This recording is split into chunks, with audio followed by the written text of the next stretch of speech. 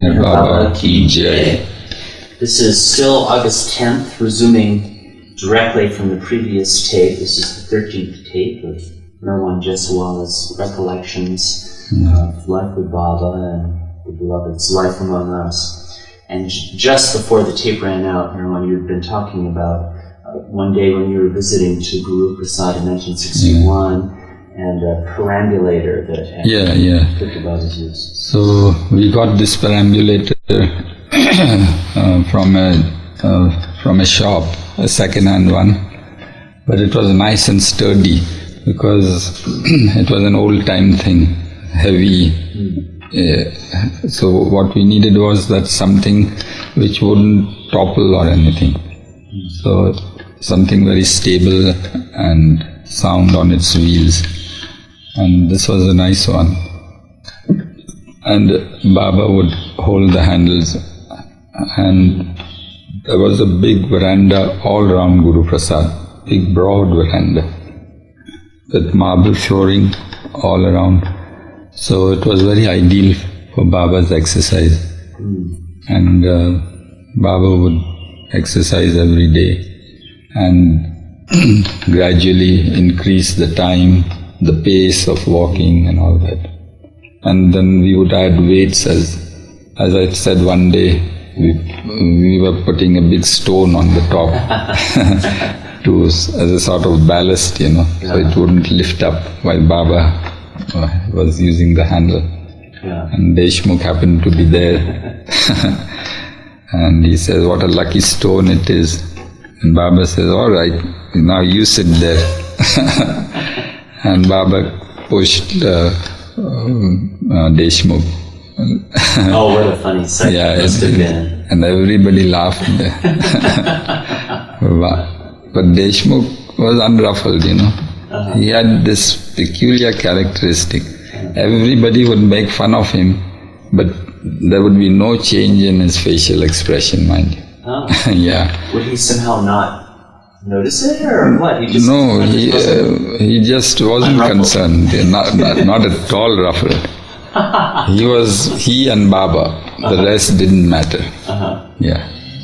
And it was a very wonderful trait, because I remember once there was a group of children there in Guru Prasad, and Baba wanted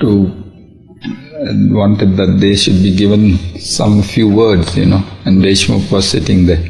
So Baba says, Deshmukh, get up, give them some talk. And what a nice talk he gave to those little children. And then after it was all over, the children were all absorbed in what this great learned doctor was telling, little tiny thoughts, mind you. And then after they had left, Baba says, see, you all people think he is such a goofy person. Could any one of you have done this extempore on the spur of the moment? He was really very learned. And he had the greatness to put his learning at the all-knowing. It was no amount of jabbing and jiving at him would at all disturb him. Well, that's really wonderful, because then such people can be the subject of humor, and if they're not offended, it's great fun for everyone. So, but he would have this habit, of constantly standing up and starting to speak. So Baba was making fun of that, And one day Jimmy was there, and he tells Jimmy that now it's your job to restrain Dr. Deshmukh. If you fail to do so, and if he stands up and utters a single word, I'll ask you to sing before the audience. And Jimmy dreaded that possibility of singing, because he had no voice to sing, and he never knew any song in his life. He had never sung in his lifetime. So he says, Baba said, I'm serious. If any such lapse occurs on your part and this happens, then you'll have to sing. and you will have to sing. So the program would begin, and Deshmukh would sit by the side of, Jimmy would sit by the side of Deshmukh, and he would tell us later that this man has spoilt all my stay here. I have to concentrate only on this man, because every now and then he would want to stand up, and Jimmy would grab him right from here and make him sit down. And Baba would have no end to the fun.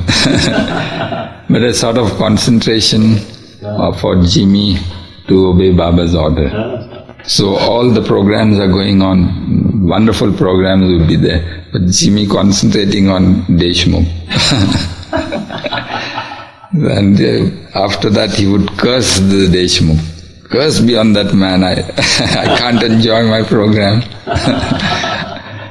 Yeah. What would Deshmukh, if allowed to speak on? Something. So Baba says, he's disturbing me, so it's now your duty. And at another time, I'm just saying how carefree Deshmukh was, So here Jimmy would almost insult him and make him sit down, and he would be irrepressible and want to get up again and again. Wouldn't bother him. Yeah. And once seated also, you might try to speak, and Jimmy would have to put his hands on his mouth. And they both would be a sight for the crowds. Another time, Dr. Alu was there, and Deshmukh and all, and there was a big crowd in that side room. And Baba tells Deshmukh, would you like to marry Dr. Alu?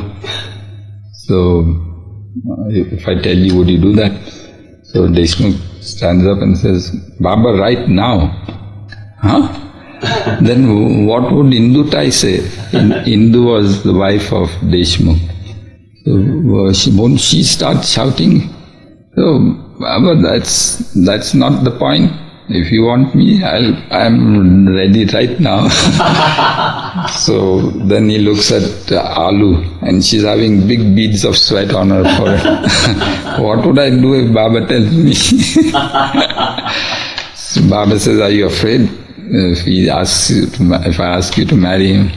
And she was all nonplussed, And then Baba says, no, relax. But Deshmukh ever ready. Baba's word, and he's just there, ready to pick it up. Yeah, unmindful of anything. Another characters in Baba. So this stay started very quietly in Guru Prasad, and but I was allowed to visit Baba off and on because of my health reasons at that time. And then Baba was still having this sort of withdrawn attitude, and this seclusion was continuing. Then one day, all of a sudden, he said that I would like to have a little change in this routine, and to begin with, I would like to give darshan to the small children of my lovers. So only children, can you all arrange to see that only children could be brought and I could give them darshan? So the pros and cons were discussed. Everybody was very happy that Baba for once is now coming out of this terrible phase.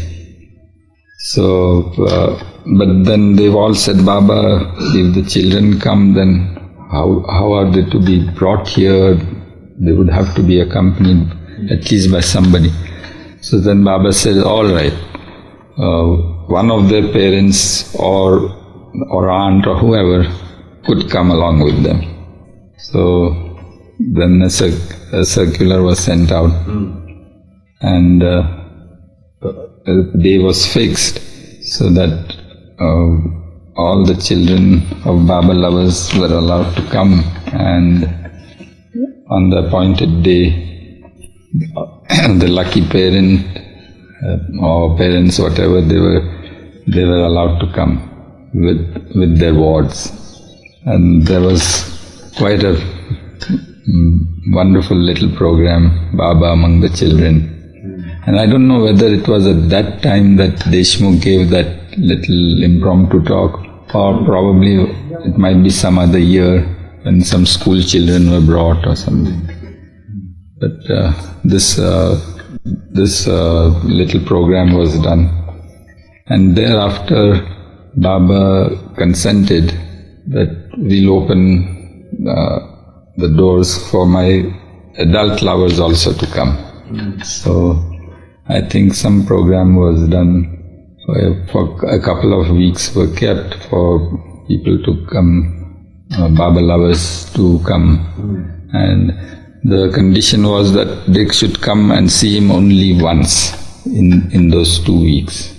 And they should, under no circumstances, repeat the visit. They just come and bow down to Baba and go by. They were not to ask any questions, and none should disturb him at all. If that was acceptable, then Baba would give this darshan. And of course, everybody was ready about it. And so once again, Guru Prasad started to gradually hum with activity.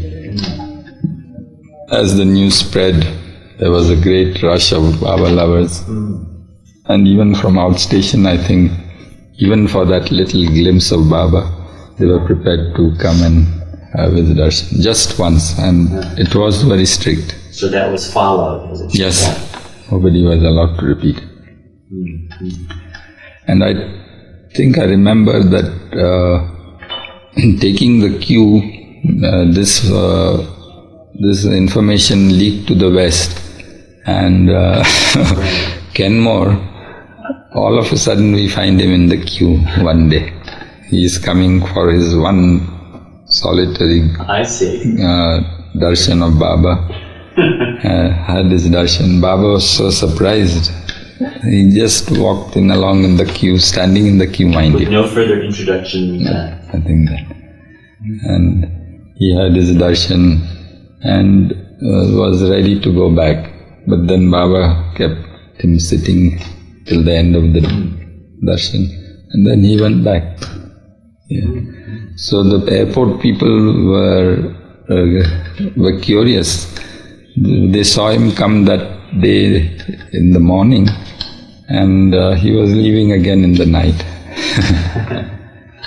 So that was his love for Baba. Wasn't that the time also that Anne Conlon and Erwin Muck, some of them came? Yeah. But which time I don't remember. Anne Conlon had come here. And there was a very funny incident about Anne Conlon. Because she was to come, and this information was with Baba House people also. So one day what happened was that Rustam and Sorab did a little trick, So Sorab dressed up like a Western woman, and he did all this makeup, and he had a nice handsome face at that time, young and comely. So when he dressed up like a lady, he really looked like one, with all the lipstick and the rouge and powder and the Western style dress. And Rustam was his escort. So they got into a taxi. And the taxi driver was rather suspicious. What's going on? This foreign lady is here. This man is They didn't know what was going on. And all of a sudden, this taxi pulls up at Guru Prasad. And they were expecting Anne Conlon to come. So it was given out that Anne Conlon has arrived, Anne Conlon has arrived. And so they went, the Manli went ahead, and Nariman shook hands with her. I'm Nariman, Dadaji. They all introduced themselves. And she was rather curt, she wouldn't say much because it would give her out, give Saurabh out. So he would just reply, yup, nope, something like that. And they wondered what sort of a woman this is. Rano was sent there, and Rano started to talk about Baba, and she would behave in a very peculiar way. And Rano was very, very embarrassed that an American woman should be like this. It was a big drama, And then they were brought inside, and Rano introduced them, Baba and Conlon.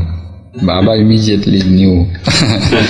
So he didn't give out the thing, but then he had Mani called in, and Mani was introduced. But then Mani says she happened to notice her purse, which she had given to Gulnar as a present, and she immediately recollected that this is not the correct, this is not the genuine Anne Conlon. And she got into it, but she kept up that. And then Baba says, go and take them to Meera, but tell Meera not to shake hands with them or shake hands with her or anything, just to keep a distance. And it went on there, and Rano was all the while puzzled how this could happen, what sort of legs she has. Everybody was fooled, mind you. The Mandli was totally fooled. And when it was all known, then they are all so peeved, taken for a ride like that. Were you there on the occasion? No, I wasn't there, but this was all described to me. Right. And I think Manu and Mama or somebody were asked to come quickly. They were phoned or some message was sent that they should be also introduced. I'm not so sure, but it happened like that. And it was a nice little incident. In fact, on that Children's Day, as I recall, Rustam and Zorab had also done an impersonation. Yeah, some such thing, but I don't recollect that. Rustam had become the mother or something, and the baby, and the baby hollering in his arms. And it was a funny sight. They had this acting talent in them. Yeah. The whole of Baba's family, from the mother's side, have this talent. Mani also was very talented. She could put up a show in a jiffy, and it entertained Baba no end. Baba also seems to have had, if you can speak of him this way, that talent. Oh yeah. He really could act. Oh yeah. Says. Apart from his universal trait of putting on any act, he was really a good actor also. So, and in fact he was in the early days employed by a drama company, if I remember right, yeah. As a boy, you mean, before? After realization, I think his mother wanted him to get some employment, and he was employed by a drama company of his own uncle or something. I think I remember that. I remember that, yes. On his mother's side, the uncle who had a drama company. So it runs in the family. Jalbhai also was a good comedian. He could imitate Charlie Chaplin.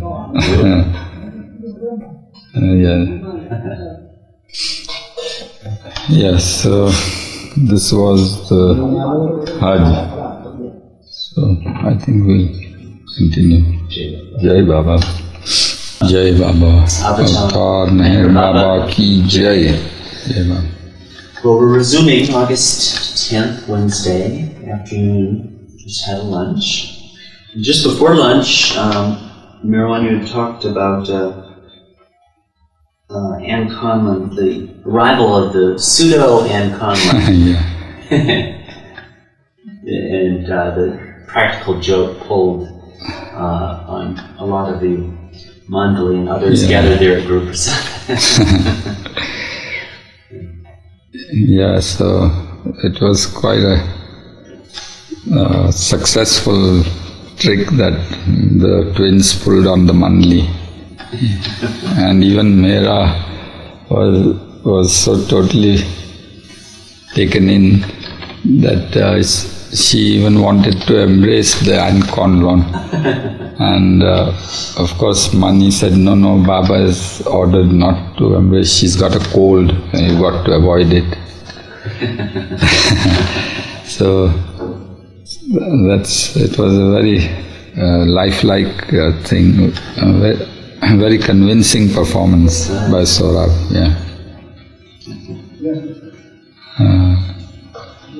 and then the Mandali were feeling very embarrassed, Nariman, Merji, others, that they shook hands formally with her. And how could they have been fooled so badly? Yeah. I remember when Zorab told that story once, he said that Baba recognized him as soon as he poked his head inside Mandali Hall, or whatever the hall was at Guru Prasad. Yeah. And from a distance, immediately Baba recognized him and winked at Erich, or somehow put Erich in the on the lid, yeah. That something was... But the whole thing was done very nicely, and Baba went along quite seriously, He liked these jokes, His sense of humor would always be there. So, yes, so that was another very funny incident. And as I think I described about Deshmukh, so those would be funny incidents in Guru Prasad, livening up everything. So Deshmukh would like just to, this was something that happened over the years, he would stand up and want to declaim on talk about Baba, his divinity and all that, carried away on the occasion, But the singing would be in progress and you would suddenly get enthused to start talking. In the middle of a song? Yeah. So it happened once or twice, and then Jimmy was given the duty. And he says, curse be on this fellow. Ever since Baba's given me this duty, I have stopped enjoying all the functions. My constant worry is that he might give me the slip and stand up and talk, and I've had it then. Not the same. Yeah.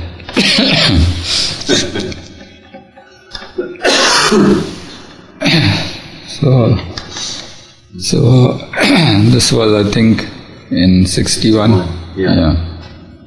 Guru Prasad 61. Then, as the stay progressed, the monsoons started to gather, and we had an unusual wet spell that year. So much so that, you see, a year prior to that, a new dam was being constructed near Pune, because Pune was being supplied water by the Khadakwasala dam, which also supplied to the military. It was, I think, about 10 or 12 miles to the south of Pune. And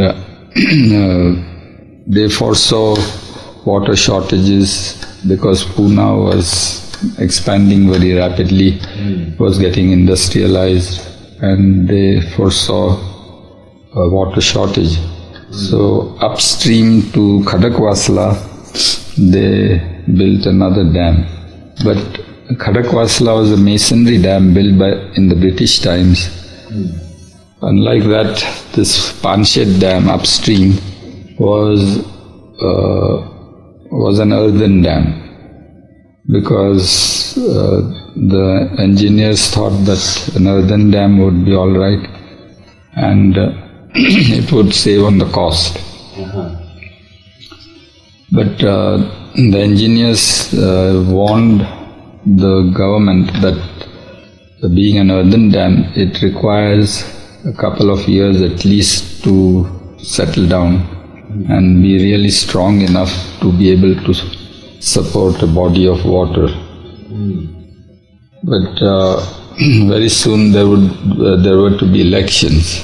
So a political expediency was resorted to, and the chief minister at that time was Mr. Chauhan, and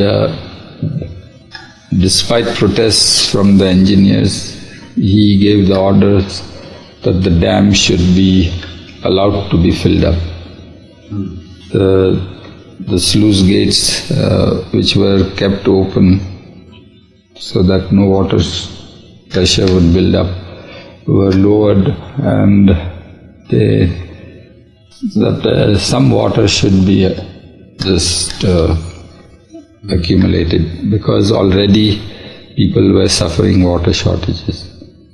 So he thought that by doing this he would have a feather in his cap, and he said, well, already it's 1 year the dam has settled and we'll not store much water, let some water collect.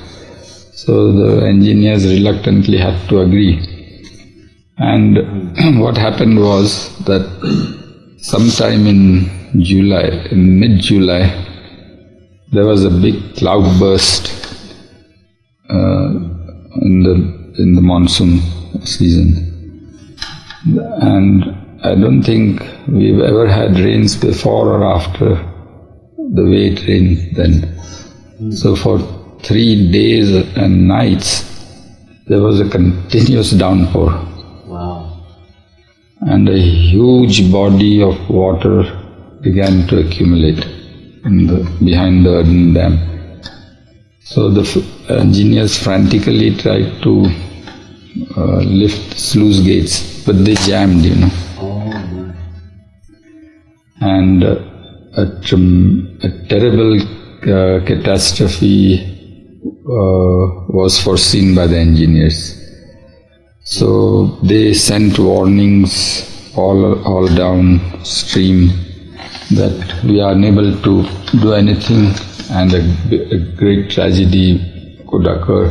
So people all along the banks of the river should be warned to clear out from the riverside. But Pune had never had any such occasion in the past. So these warnings were taken lightly. And people just ignored them. There were quite a lot of slum dwellings on the river banks, and the river flowed from the heart of the city. So the people had nowhere to go. Where could they go? And it was raining, cats and dogs. There was no sign of let up. So it was a preordained tragedy, divinely preordained, I suppose. So a day prior to this the downpour, there was some clear weather, and Baba had gone out for an outing in the car. And Jalpe, I think, was there, Baba's brother, and some others. Isn't there a film of this? I think so, yes. So Baba goes to Bun Gardens. Yeah. And Baba is resting his hand on one of the stone lions on a culvert there. And he paces up and down Bun Gardens. Then he goes along to other places. And as it were, he was surveying the scene, as it seemed. In the meanwhile, this message which was relayed from the Panshet Dam authorities that people should vacate the nearby areas. So a telephone came to Guru Prasad from a person high up in the public works department. He was a Baba lover. So he was very concerned about Baba's safety. So he gave the message on phone that there is a likely of floods taking place very soon. So please be in readiness. If some such thing happens, please see that Baba's safety is not endangered. And so saying, he hung up. So the Mandli were curious, how could there be floods here? But the river was quite close to Guru Prasad from the backside. Say about less than half a mile away, yeah. So Guru Prasad low or high? High line? Well, it's on a, Guru Prasad was on a level with the bridge which crosses the Ban Garden, the river at the Ban Gardens. So it's fairly high. But still, one could never say it could overflow the embankments, So this warning sign was mostly ignored by the public. And as expected by the engineers, there was no let-up in the rains. And it just went on pouring and pouring until the poor dam could hold it no longer. And it just suddenly gave way. So what happened was that a huge body of water just gushed out from the breach. And downstream was the Khadakwasla Dam. It was a solid masonry dam, mind you. The force of the water, the mass of water that was released was so great that when it reached Khadakwasla, the dam it held on for some time, but eventually that also failed. And there was a huge breach on Khadakwasla Dam also. And it also burst. And now the double body of water started to flow down. And within minutes, the low-lying areas of Pune city were just about 20 feet below water. I forget one thing. Baba, one of the women, Mandli Naja, had been suffering from tonsillitis. So she was getting a lot of trouble with her tonsils. Now in this rather advanced stage also. So Baba gave her the permission to get them removed. So she was taken to the top ENT surgeon there in Pune city, and he performed the surgery. This happened 2 days before the floods. After the operation, Baba went there in the evening and saw Naja in the hospital. It was on the first floor. Baba went up there. And then Baba said, I think Baba went there or sent word, I'm not sure, but I think Baba visited her and said, tomorrow you must return to Bindra house. So she says, but Baba, the surgeon has asked me to stay on. So he says, tell the surgeon that you want to leave. Don't stay here. It's my order to you. Yeah. So I remember that. So the next day, despite the surgeon's protest, she says, no, I must leave. I have to go. There is something. But he said, but surely you can wait for a couple of days. Is there anything lacking here? No, she says, I cannot explain, but I have to leave this place. So she came with all her belongings, and of course there were people to help her because she was in no condition to go alone, so supported and all that. Being in her advanced stage, it was tonsil operation is a difficult thing, which I know by experience because I had it later then. So, yes, so then Naja was brought home, and then this downpour started. It had already started. So, in the rains, we had to bring her home, and then this flood took place. And mind you, the clinic where she was operated was underwater. It was on the first floor, but the waters had risen to almost the second floor. And in certain cases to the third floor, depending on where the locations were. So she would have been in serious trouble. She would have been drowned. All the beds and everything were drowned. Oh, man. Yeah. So there would be no escape also. Because what happened was, all the bridges connecting that side of the river got washed away. So Pune city got completely delinked from the rest of the country, as it were, except for one railway bridge. That was a steel bridge built in the old days. So a very strong bridge. So that railway bridge and another bridge was the Bun Garden Bridge. So these were the only two connections left with the outside world. So if you had to come from the city, it would have been several miles of circuitous journey to get inside. Yeah. So all the bridges got washed away. The low-lying areas were flooded, and many people died. Of course, the government suppressed all the news because it was a big blow to the party in power to allow such a thing to happen. And great damage was done in the city. But as with every bad thing, there is always a good side to it. So what had happened was that all the old areas of the city which were so congested, they got all washed away. And when the floods subsided, and long afterwards, of course, no constructions could be done.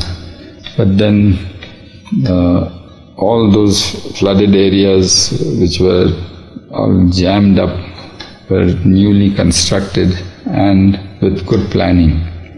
So a lot of beautification took place later.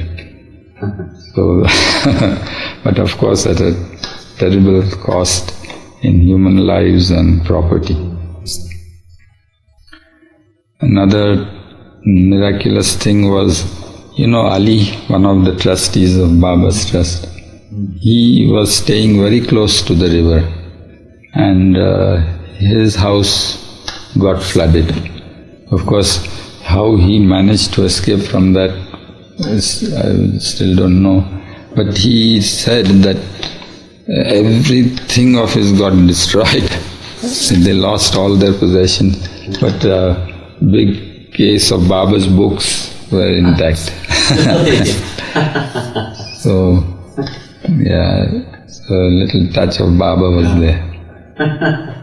And another good thing was that such people like him who were living in these shanty little places, congested, the Pune municipality built good houses for them. Yeah, in higher, safer areas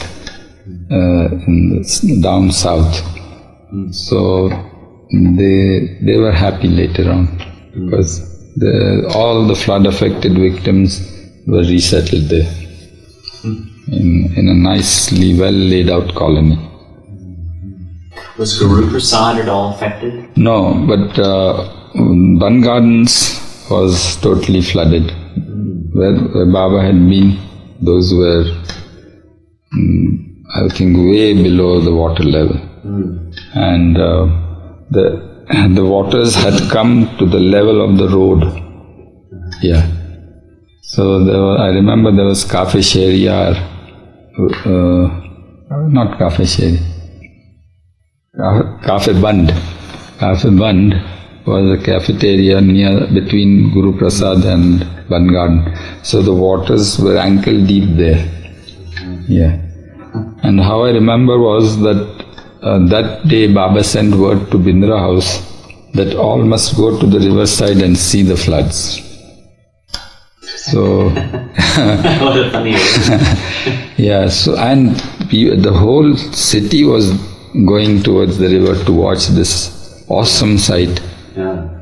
And when we went there, when we approached the river, there was a terrible roaring sound.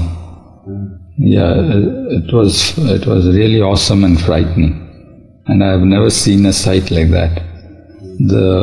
Have you seen the Bad Garden Bridge? Mm-hmm. See how tall it is, how high it is. So, and those arches underneath. So the waters had reached above the arches. Really? It was just a couple of feet below the bridge, itself. the bridge road. So that bridge itself might have almost been in jeopardy. I mean, that's but somehow it survived. Yeah, somehow it survived. Wow. Yeah. And this huge mass of water flowing down. Despite this huge volume flowing, it took about 2 days for the water to completely empty out. And then after the deluge, there was total lack of water. There was no water left. Huh? Yeah, the riverbed was dry. There was no water left, except very little, because I must say that the Bun Garden wall was still there, which you see even now, because it was designed in such a way that if the rivers rose, it would go over the wall. It had this slope facing the oncoming river, so the flood waters went above it, and that is how that little wall survived. And so the amount of water that low wall could retain was all that was left in the riverbed. Yeah. The rest of it was totally drained out.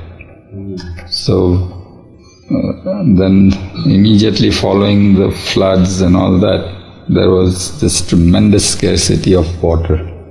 All our taps went dry, and all the old wells in the city, there were huge crowds jostling for water, and people quarreling with each other. Baba House had a well, Yeah. So for years it was, the waters were not used. So when people came to know that there was a well there, all the neighboring people rushed in there, and day and night, and night and day, drawing water and taking them through the house. So the house was all underwater of the well water. And the well water had risen so high that they could almost draw it with their hand because of the flooding that took place. Yeah, so all the water levels had risen. So it was a godsend, because people could survive on these old wells that were in disuse for all these years. Where did you get your water from in Bindra House, and where did Baba get his water from? Well, from wells, I think. Yeah. I remember Meherwan had given strict orders, nobody should waste water. And we would bring water from Padinmai's house, and the water was strictly rationed, even for toilet use, and just little washing of our faces. And I must say that there was this company, Tata Power Company. So they had a dam called the Mulshi Dam, which was about, I think, 40 miles to the west of Pune, which supplied hydroelectricity to Maharashtra. It was a dam mainly meant for generating power, hydroelectricity. So they volunteered to bail out the city, and their engineers, with the help of the Public Works Department, worked night and day, and within, I think, a couple of weeks or so, they laid a temporary pipeline all the way. Yeah. From that other dam. Yeah, the Mulshid dam. And water began to trickle in to our pipes. So we could get about half an hour's supply or an hour's supply of muddy brown water, which was also so precious. Right. Yeah. And so somehow the city survived. But it was really crippled, I tell you, after that. The very bad days afterwards, because then there was perennial shortage of water for many years after that, until the Panshed Dam was rebuilt, strengthened, allowed to settle down, and the Khadakwasla Dam was repaired.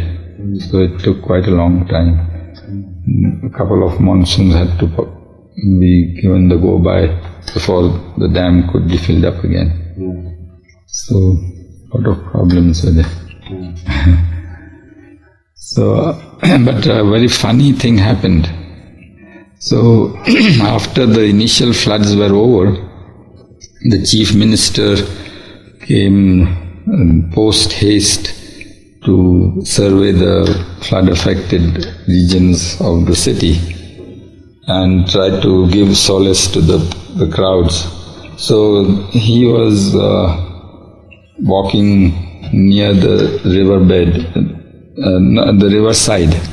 Of course, the river was almost empty, and there was a huge crowd following him, and he was strutting about like as if he was the Shivaji of the modern Shivaji, you know.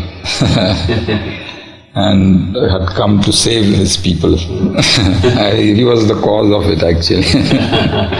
So he just made it known that he had come to offer relief, and none should fear anything. Nobody would be deprived of amenities, basic amenities and all that. And he was strutting down the riverside, and suddenly there was a rumor. Oh, the Khadakwasla Dam has burst. Actually, it had burst previously, and there's a bigger flood approaching. So, hearing this, there was a big stampede, and this modern Shivaji of ours, he turned tail and just took to his heels. So, next day the news came, and Baba was quite amused with this. And he says that it must be like quite a sight to see this modern Shivaji bringing out his sword from the scabbard, as it were, and quickly tucking it back again and scampering off. Baba could make very funny gestures, you know. I still remember those gestures he did. Bringing out the sword, putting it back and running off.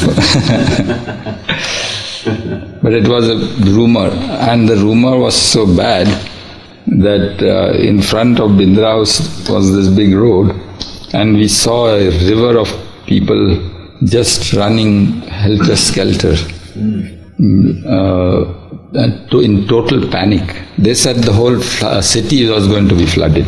That was the rumor. And it was spread by these Gunda and underworld elements, so that the people would leave their homes and rush out, and there was a lot of looting after that. Yeah. So many people lost many belongings in this mad rush. So, but we could see the panic written on the faces. There was this one boy looking helter in the sky, looking here and there. Oh, save us, where do we go? And just going along with the crowd with a cage of a parrot in a cage in his hand, and just wandering here and there, and the people just rushing somewhere. And there was a school opposite our house, so there was a small break, and people were gushing out of that wall and trampling each other in their hurry to rush away. So such was the panic. And we made ready to go up to the first floor. So we got this Baba's picture we had, and there was Dhan, who was very crippled. So we made her ready. Then if the waters approach, we have to rush up. In the meantime, Baba came. So Baba says, what's all going on here? So we said, Baba, this rumor. He says, nothing is going to happen. You all don't panic. My nazar is there. And don't panic like that. So that reassured us. And nothing happened. Yeah, it was just a rumor, total lies, and many people were looted. That's what we heard later. Hearing this story then began put in mind of how, especially since then, calamities of this sort have become such a regular feature all over the world. Floods and disasters of this sort. Probably Baba must have initiated it or what, I don't know. So those were the days of the flood. And I remember once in the old days when we joined the ashram, and my mother would tell me stories of what Baba's mother would tell her. So in one of the things my mother said that Maiji, Baba's mother, tells Baba that Mehro, you say that everything will be destroyed. So when you destroy Pune, don't destroy it with fire, destroy it with water. Because she had a fright for fire. So just destroyed by water. So as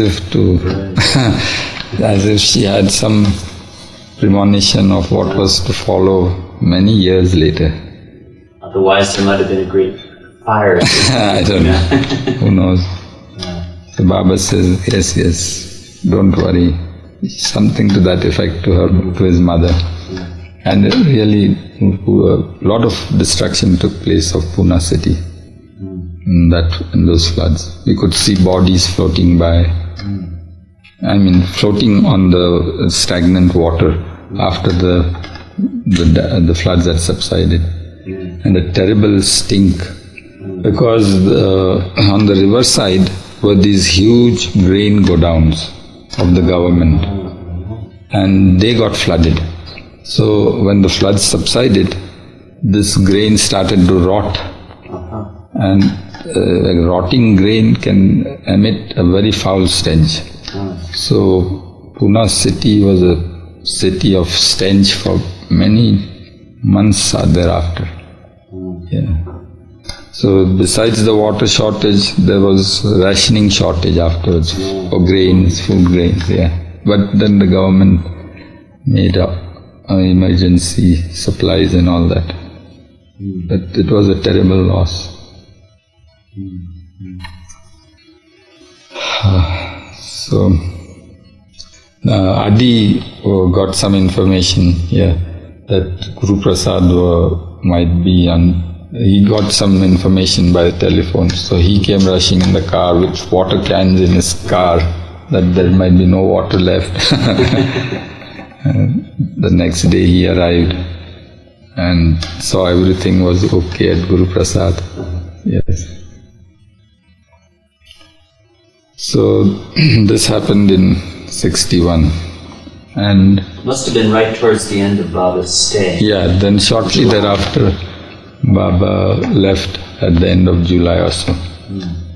And was at Mehrazad again, his seclusion continuing as usual, stricter than ever before. And I have not much recollection of what happened at Meherazad, but... Did you go that year? Yeah, as usual. But then I started to go towards the time of Baba's birthday. So every time, just a few days before Baba's birthday, I would take my earned leave and come to Meherazad. And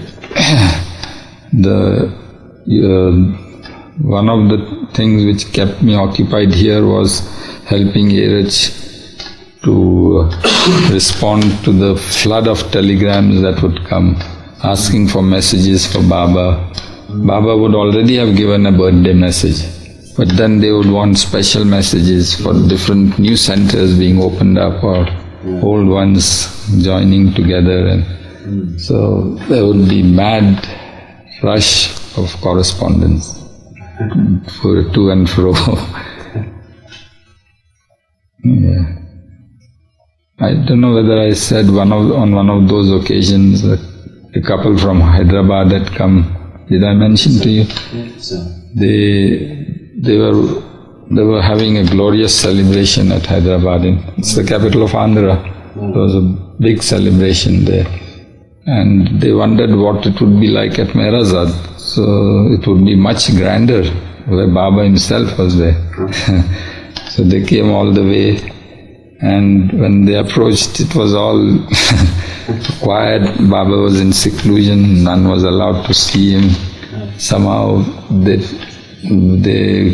appealed to the guards there outside, the watchmen, to allow them to come in. So they came and asked Baba, and Baba allowed them to come. So then Baba says, "Why did you all come here? Do you know I'm in seclusion?" So they said, "Yes, Baba, but we were so anxious to see what would happen here. It's so grand scale in our place, and this being where you are, so we thought we would miss some a grand sight, and so we wanted to come and see all this." So Baba says, "I am not here. I am where you came from. There is where I am. Here what you see, I am not here. Go back quick." Because really there was nothing here, no celebration, nothing. It would be simple. Just the servants would put up some buntings on the ceilings, and little paper decorations would be there, and some chalk decorations on the floor. That would be it. That's all. Yeah. And what I remember was the Baba's birthday celebration at Meherazad would be that all would get up very early in the morning, and after washing up and bath or whatever, we would all be ready here. And Baba, I think, would be with the women there, on the women's side. And here in the hall, I think Baba would come over here. And at exactly the stroke of 5, Baba would want us to shout at the top of our voices, "Avtar Mehr Baba Ki Jai," 7 times. That was it. That was the birthday celebration. And then his prayer was there, Parvardigar prayer and repentance prayer. That's all. Then Baba would go to the women's side, and while we are proclaiming Baba's Jai, they would hear us, and they would also at that time shout out Baba's Jai 7 times. Yeah, and then sing Aarti there. And Baba would mostly be most disinterested. He would be working away in his seclusion. So this would be a sort of a little distraction for him to be got over as quickly as possible. That was the feeling, yeah. So if you were coming every year at this, you must have been at this birthday there for the birthday occasion Yeah. often. Yeah. I think for the last 6 or 7 years, I would come on birthday times and help out Diaries with the correspondence. And there would be stacks of telegrams, and then I would have to file them in the alphabetical orders. And after that, it would be almost time for me to return. But very enjoyable stays I would have with Baba here. Was Baba, you may not remember in this particular year, 1962, but was Baba still in that very aloof and... I have no much recollection, but all those years that I was here, mostly it would be his working, and the other part of it was that, when he would, every day when he would come say at about 8 o'clock in the morning. So some of us would go to fetch him from the women's side, and he would be on the lift chair, and then we would bring him here, and the routine would be that Baba would then come and sit on the chair, and then we all were assembled, and the door would be shut, and then we all had to rise. Baba stood up, and the prayers would begin, the Parvardigar prayer and the repentance prayer. And after that, a stool would be brought near Baba, and we had to put our foot on the stool, and Baba would bow down to each of us present there. Yeah, and right foot or left foot? Or? Whichever, didn't matter. And we had to repeat the name which was in our religion. So, Aurmaz for the Parsis, Yazdan for the Iranis, and like that. Yeah. So that would be and after that, then Baba would sit down. No, then he would have a little walk here. So, supported by Francis. And we would all be standing in a line. This would be the morning routine, And Baba would go by and have 7 or 8 quick rounds. I think we have seen in the film also, Baba walking up and down, and Francis being like a world round. Usual humor of Baba would be there. So if Francis was a little daydreamy,